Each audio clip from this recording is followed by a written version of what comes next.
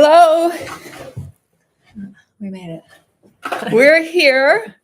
And so Maria and I are here to answer any questions you might have about our books or about chronic pain, about recovered memories.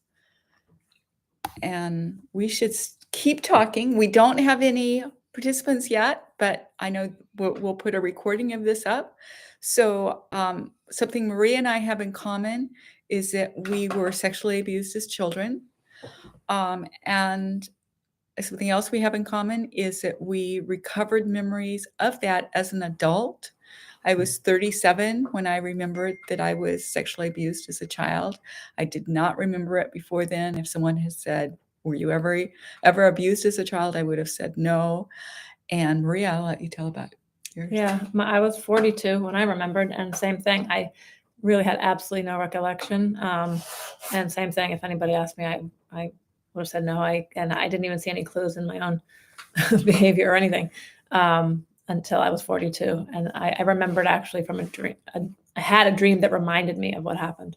Is how my memory came back when I was in treatment for my chronic pain, actually. Yeah, and you didn't have the chronic pain until what age were you? I was 40. I was 40 when I ruptured a disc in my neck, rolling over in my sleep. And that's what started this whole journey of, it was 2 years later that I had the memory come back. But in those 2 years, I was trying to deal with my chronic pain and try and heal from the chronic pain, and I wasn't healing. And it wasn't until I remembered that my healing actually started to begin. So Maria and I we just met for the first time ever in person 2 days ago. And I'm at Maria's house in New York, Long Island, New York. And so we have been friends. We've been friends during most of the pandemic. Yeah, almost 4 years now. Oh, has it the whole pandemic? 2021. So about 3.5 years. Wow. Yeah. And we usually talk on the phone. Take that back. Probably 2.5 years. 2.5 years, yeah. Math isn't too good today. Yeah. So I'll let Maria tell you about her book. Sure. Yeah, here it is. Here's my memoir is The Invisible Key, Unlocking the Mystery to My Chronic Pain. And I published it in 2020, but it took me 12 years to write. I started right after, about 2 years into my pain journey, when I started to heal. And I had such a large jump in my healing when I remembered about my childhood trauma, that's when I started writing. I started obsessively writing. I had to tell this story. I had to get the story out of me because it was so bizarre to me, even when I remembered, to think that I didn't know something for 32 years, or for 42 years, really. It was 32 years since it had happened. So, so I took 12 years and I self-published it and I got it out, and I'm proud of it because it was quite a journey, just writing and healing. It was a part of my healing was to write and get this story out, make sense of it. And then I wanted to share it with others because I've healed so greatly that I wanted to share that too.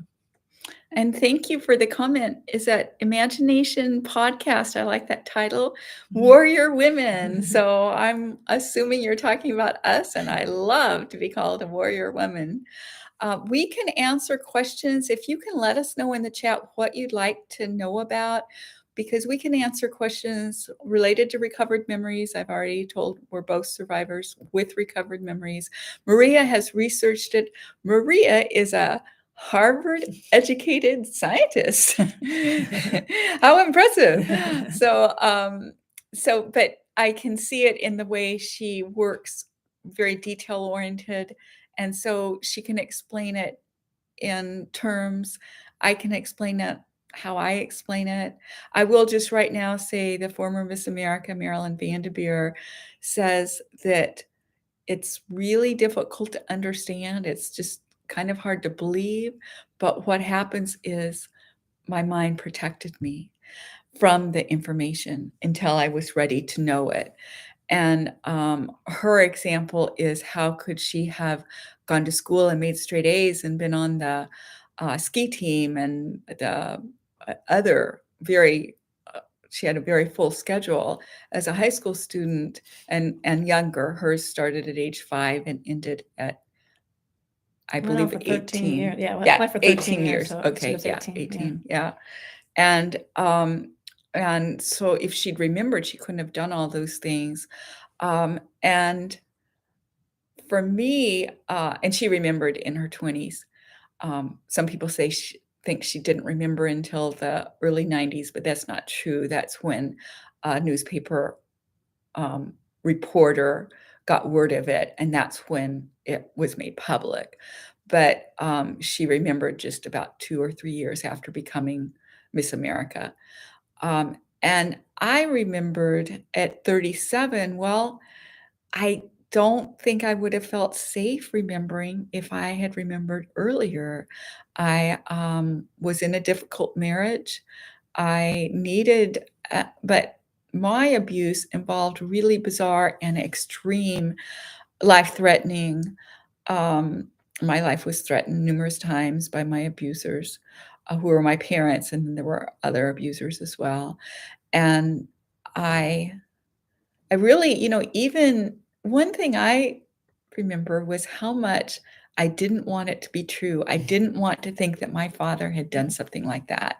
And I remember thinking, if it was anything else, if anyone else said that to him, I'd want to kill him. And so I can see why suicide is an issue for survivors of child sexual abuse.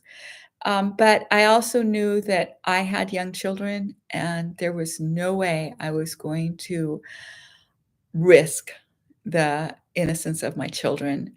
And so I did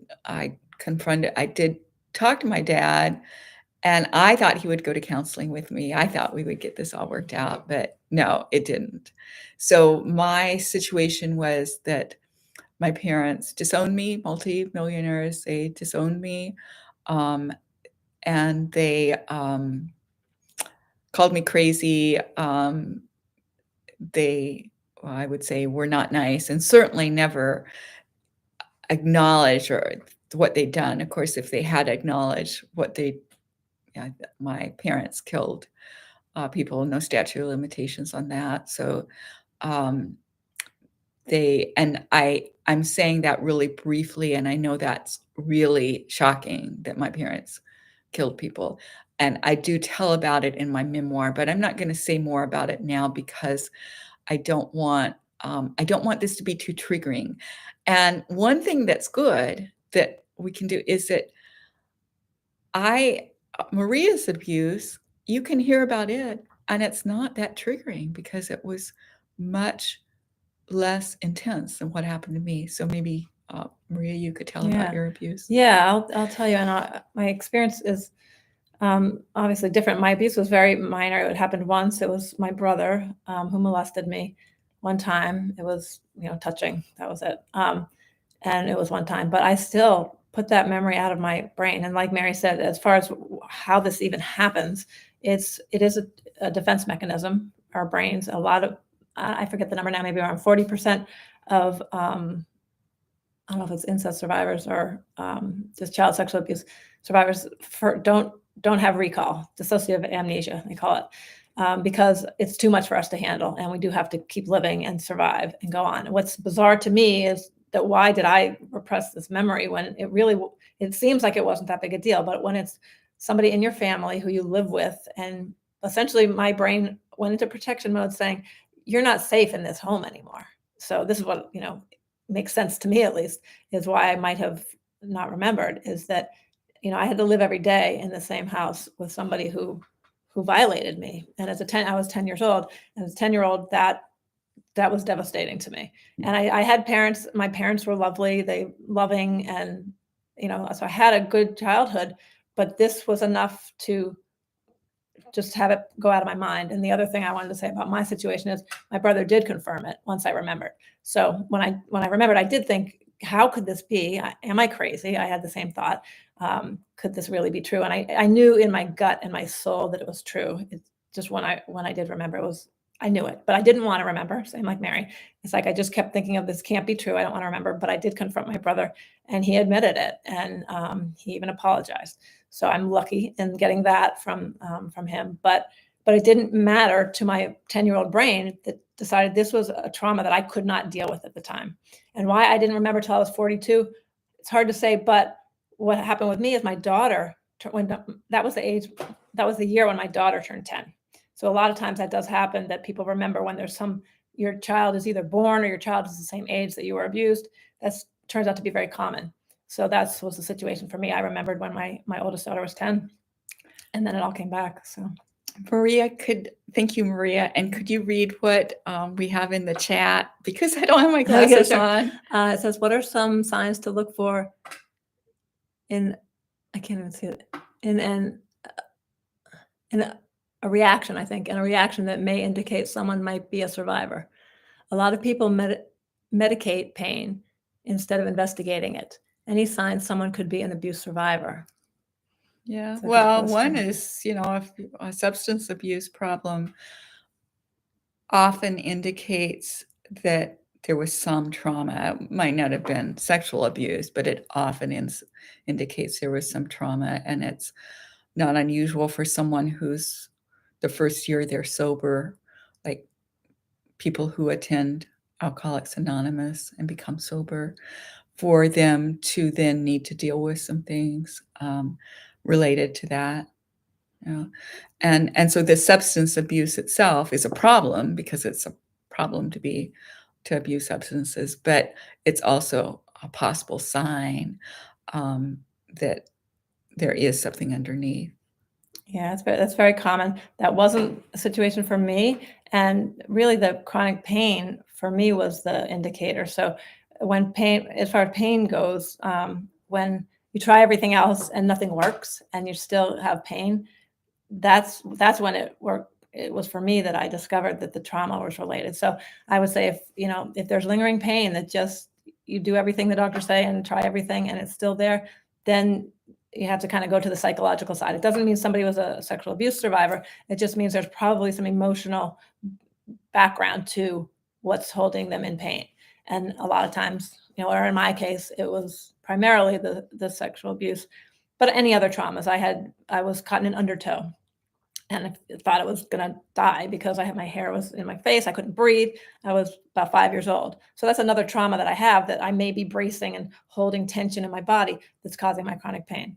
But so you can't say just because someone has chronic pain, it doesn't go away, they're an abuse survivor. But if they got other symptoms such as substance abuse, or there's a lot of symptoms that could be related. So it's just another thing to look for if things aren't getting better, in my opinion. Yeah, psychotherapy has really helped me, and I could not have gotten well without it. So I'm a proponent of it. I am also a psychotherapist, so of course I would be a proponent of it. Physical therapy has been really helpful to me. So, I mean, because I've had my healing journey, I have a richer life.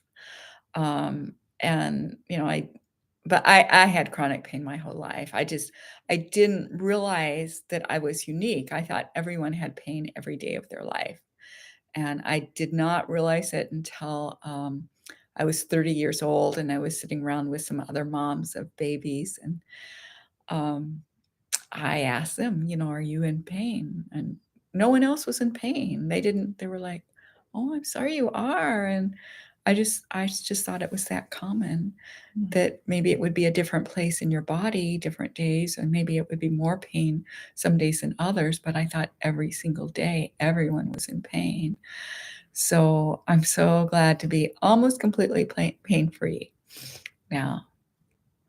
Yeah. We were talking earlier today. Just we've made so much progress, both of us. My journey started when I was 40, essentially when I hurt my neck, but I'm 58 now. So it's been a long journey, but we've come so far, and, but there still may be a little piece left. But it doesn't stop our lives right now. Mm-hmm. And before it was completely debilitating to me. I think, for Mary too. We played pickleball today. Yeah. And that in and of itself says so much, because there were many things I didn't think I'd ever do again.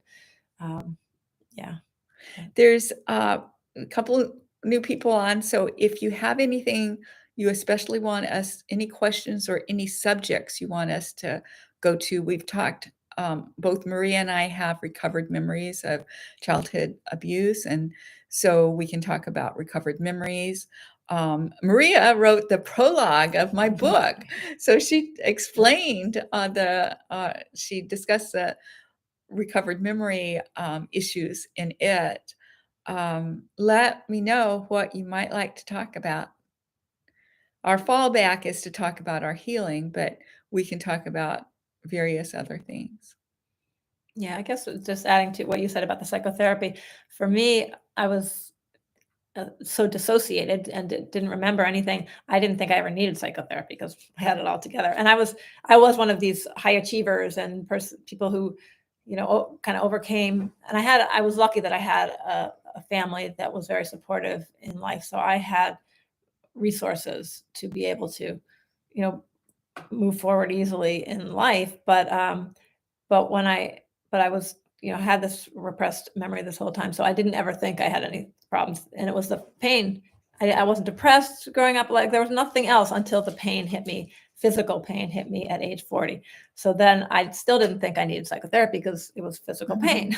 So it was the body work and, it was actually myofascial release physical therapy that got me to even make the connection between my mind and body. So that's where then I agree that psychotherapy has helped me immensely as well. But it took me going through the physical therapy first to even get to the point that I realized there was a connection. And then the psychotherapy was able to help me. And I've tried different things like EMDR and tapping, done somatic experiencing and regular talk therapy and interim short-term dynamic psychotherapy. So there's lots of different things to try that can be helpful. Let's see. This is still 7 minutes behind on the stream, but any tips for overcoming the terror of remembering what actually happened? Yeah. Be really gentle with yourself. Give yourself, it would be really good to have a safe place somewhere in your house. And I have a client who couldn't, she had lived in a very small apartment, and the only place she could think of is her bed, which is where she sleeps. But we ended up figuring out, because I was trying to distinguish it to where it's her safe place when she needs a safe place, but it's also her bed. Yeah, it has to double. So she got a special blanket. And when that blanket was on, it was her place of comfort. She'd have stuffed animals and that type of thing, but the blanket is what made the difference, that this was her place to go to. So as you're doing the memory work, or as the memories are intruding upon you, that could be good. It helps me to be with someone when I remember. So I have scheduled a psychotherapy appointment at a time that I could, that if there was something, that a memory that was starting to come. And sometimes what happened would be I'd have the memory right before the appointment, but then I had someone to process the memory with. Those are a couple of ideas. And remember, it's your child self who's remembering. So do something that would comfort a child, and be very gentle, because the child is going through a lot. And so I've done things like had a special snack out, and when I knew I was going to remember more, I would have the snack out. I would be like, I fixed, put down a placemat and put down the snack and everything, and then I would do journaling or whatever helped the memory to come. There was one time that I will say that this is a difference I have with Maria, but I'm like a mystic. I've had experiences that I believe are messages from God. I feel like I've been allowed to go to heaven, and I get kind of a preview there. And that's a difference between me and Maria. It doesn't negatively impact our friendship at all. And so I do want to say, though, I had one memory that it was just so incredible. I mean, it was a horrible memory, but also when it came, I had just taken my sons to school So I was in the SUV, having just taken him to school, and I had, until time to pick him up, I had a block of time.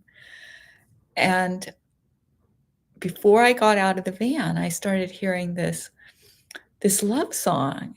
It's a love song I've never heard otherwise, but it seemed very clear to me that there was this love song in my head, and I didn't know where it had come from.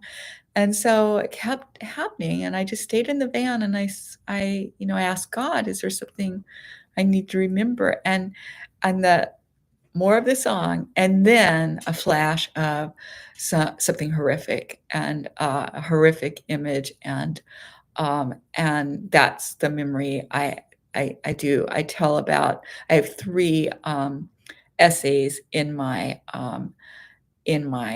memoir, and I tell about the real.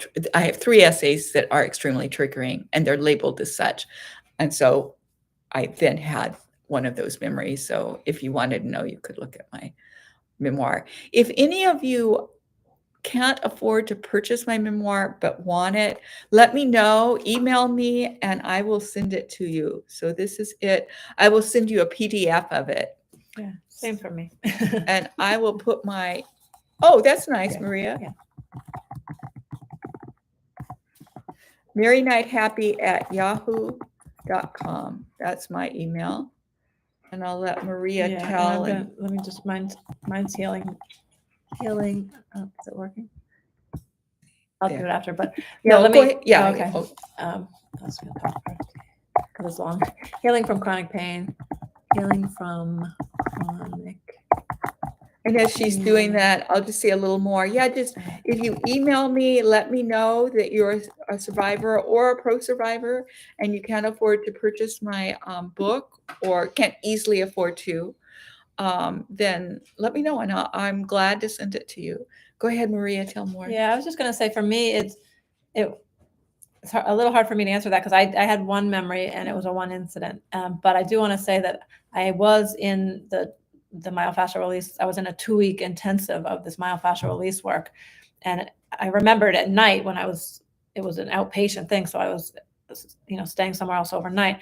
But when I woke up in the morning and I remembered, I think my body was remembering then because it knew it was in this safe healing place that I had been for 2 weeks. It took 2 weeks. It was literally the night before the last day that I remembered. So I think my body knew. I feel lucky that my body knew to wait till I had some safe place to process it. And I was so thankful that I did. So like Mary said, if that doesn't happen, to try to get to somebody and find a safe place, create a safe place for yourself. And if you can, get to a therapist soon. It's very helpful, because that was critical for me, because I was just, you're just shocked and confused. And so it was very helpful to have someone to process it with, and to continue to, whenever, because it's still, even though that was one memory for me, that would, it still comes up to, to haunt me at times. So knowing that you have resources and tools of places to go, people to talk to, is real helpful.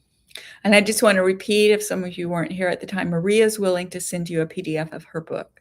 So if you want this book or this book, either book, just email. Really, you could email in either of us and we'll forward it, but just email and we'll give you a PDF. And I still have some, I did my audiobook as well. So I have the ebook, the oh print book, yeah. and so I could do the PDF, but I have the audiobook too that I did just publish this past year, available too. So. Oh, almost done reading my book. Thank you, Fly On. Thank you so much. And I do remember you because you were you came on on Christmas Day when I did that. I think were you with on the live Christmas Day, Fly On? We'll hear back from her. So, I didn't ask you this ahead, so it's up to you. But what do you think of talking about sexual healing? That's fine. Yeah. Because it's something I couldn't, I don't know that I could have not too long ago. Yeah. Honestly. Okay. Yeah. Okay. So yeah, we talked today. I'm happily married. And I I'm monogamous. And so is my husband. So that's a safe context for me to have sex. And yet there's still some more sexual healing I want to do. I don't just totally relax with that. Oh, Mother's Day. Fly-On was on Mother's Day. Okay, thank you, Fly-On. Before I do this, so those of you who are live here, well, yeah, does anyone object to us talking about sexual healing? Please let me know if you object, and if not, we'll go ahead. Okay, we're gonna keep talking about sexual healing unless we get a complaint.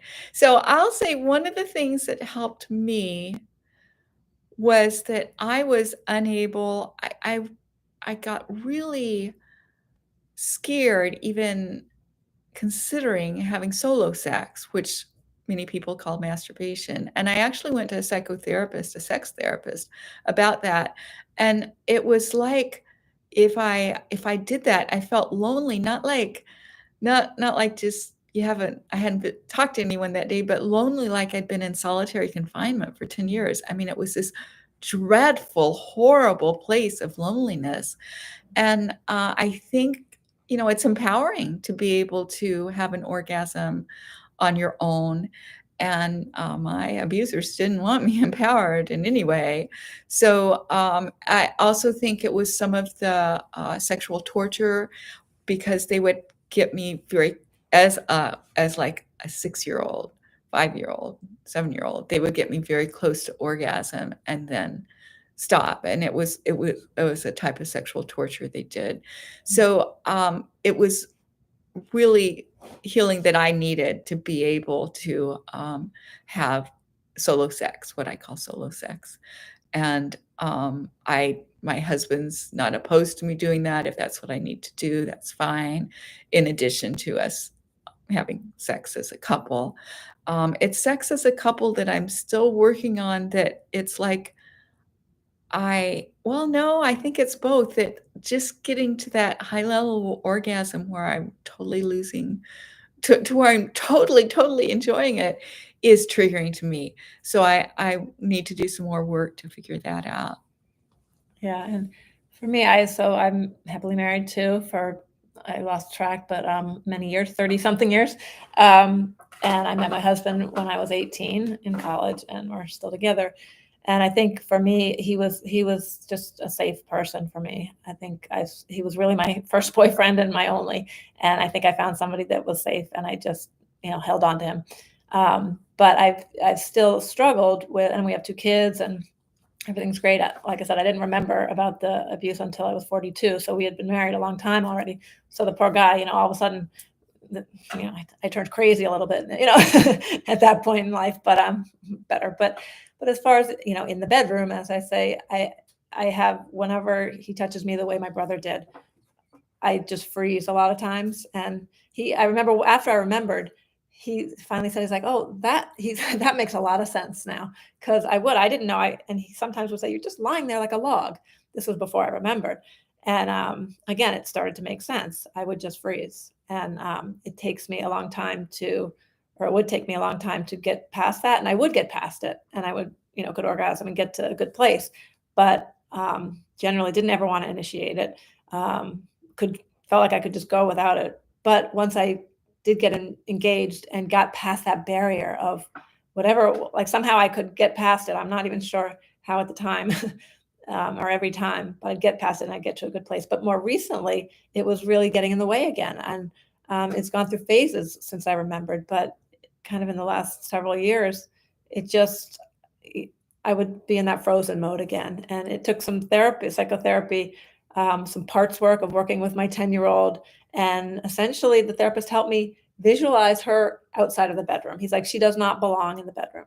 And that was huge for me, because I literally do. I do that. I picture her outside now because she was in there. She was in there with me, scared as can be, and so scared of getting touched. So now I send her out, and it's just another world. It's a whole new world. So, it's taken me a long time, because that really was, since I remembered to now, it's been, I don't know, 16 years. And this was just last year that I kind of had this breakthrough. So So, keep working on it. And there's different phases of the healing, and it can come. So, no pun intended. Yes, that's true. Yeah, and, how did your husband deal with all that? I mean, he would get frustrated. I remember telling him what not to do and what I was okay with and what not to do. Don't do what my brother did, I can't handle that. So I told him, and he was respectful. But after a while, he kind of started to do it again. I think he was just trying to help me and, like, see if figuring it was maybe okay now. But it took a long time for me to remind him. I kept saying in my head, I already told him he should know this. He shouldn't do this. I told him that, but I couldn't even speak up. I just was, again, I was sort of in that frozen state. And it took me years again to finally realize I need to talk to him. And I'd be in the bedroom in my head saying, just say it, just tell him.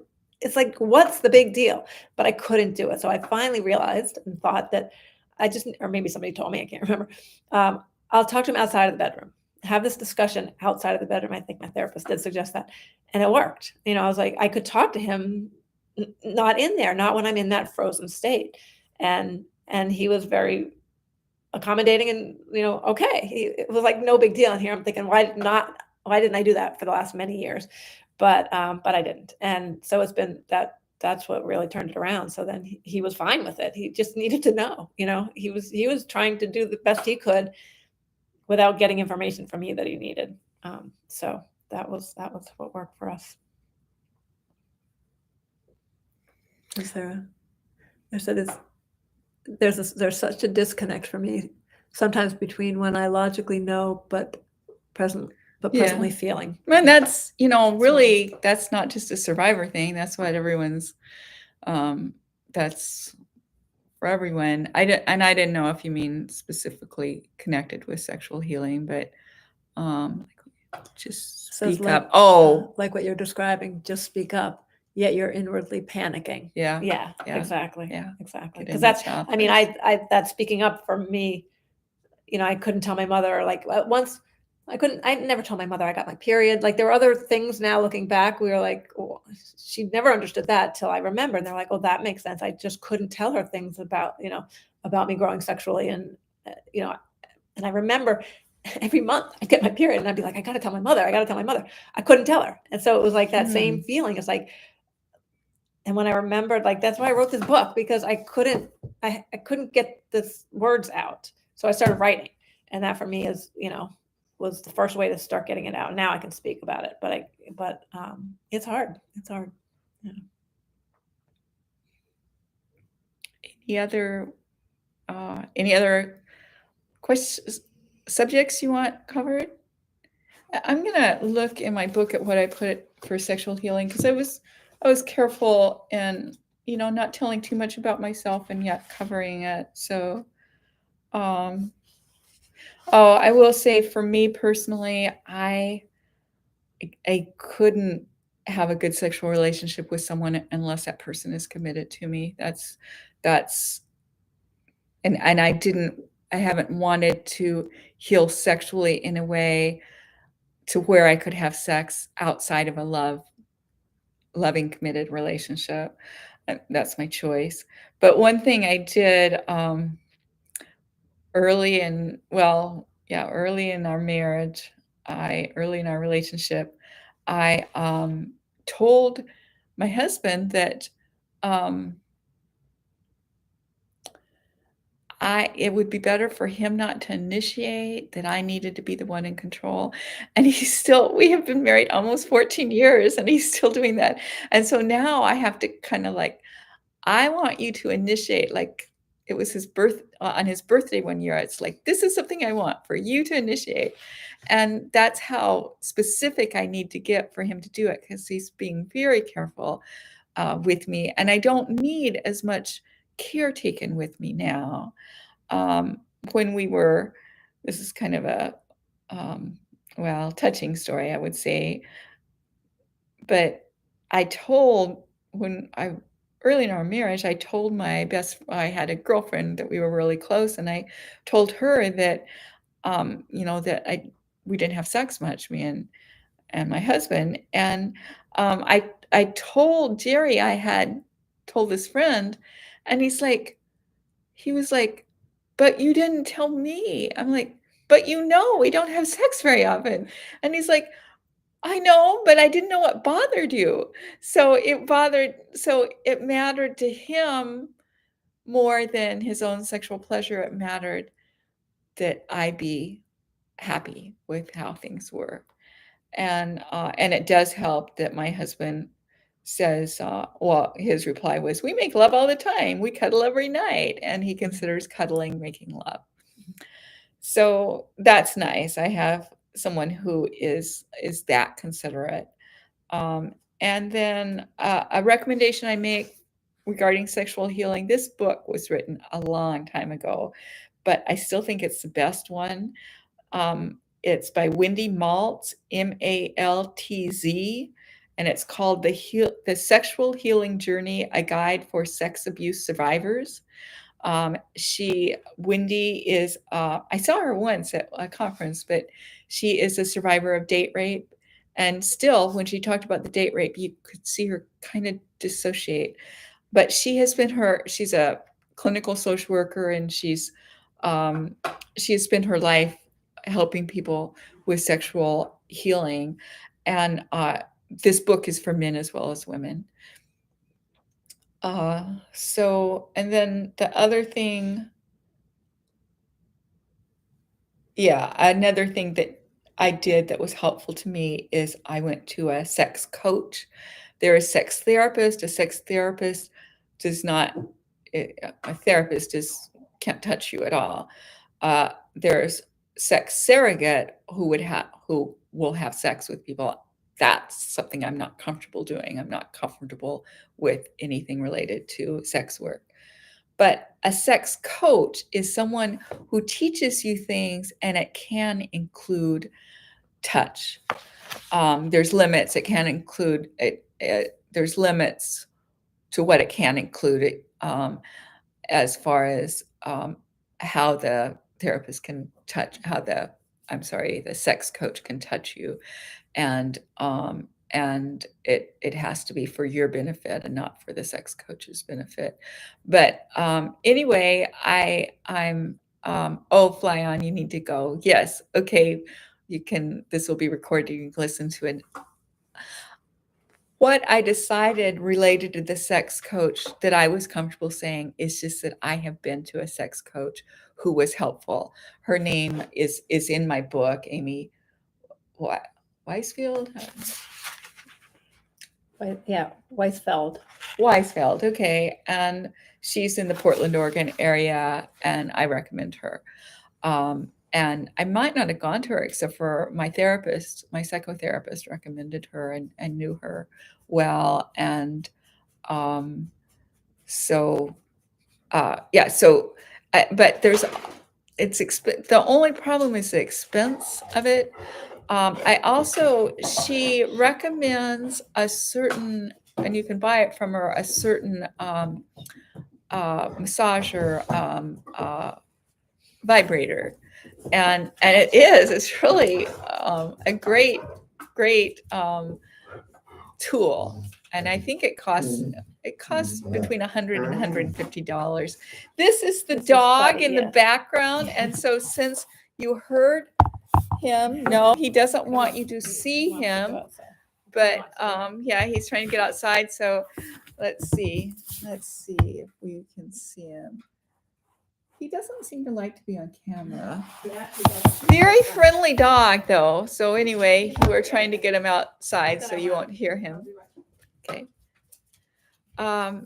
So any other, we're going to be finishing up soon. And thank you for coming today. And I will wait a little while so that Maria can say anything she hasn't said so far. But we'll be ending this very soon. And, feel free to contact either of us. I'll say again that you can email me, and if you can't easily afford my book, you can email me and I'll send you a PDF copy. This is my book. My Life Now, Essays by a Child Sex Trafficking Survivor. And Maria also is willing to email you a PDF of her book, and hers is also on audio. Yep. So yeah, I have free coupons from Audible on audio. That's the easiest way for me to do that. So I have a few left of those. So let me know if you want that. And I put my email, and maybe you repeated them, but mine's healingfromchronicpain.com. No, that's my website. healingfromchronicpain@gmail.com is the email address. Okay. And so thank you, Maria. And yeah, I hadn't talked about sexual healing on a podcast before, so I'll label this as such. But yeah, it was great talking to you today, and have a great day. Bye. Bye. Okay, at the end, no one was there.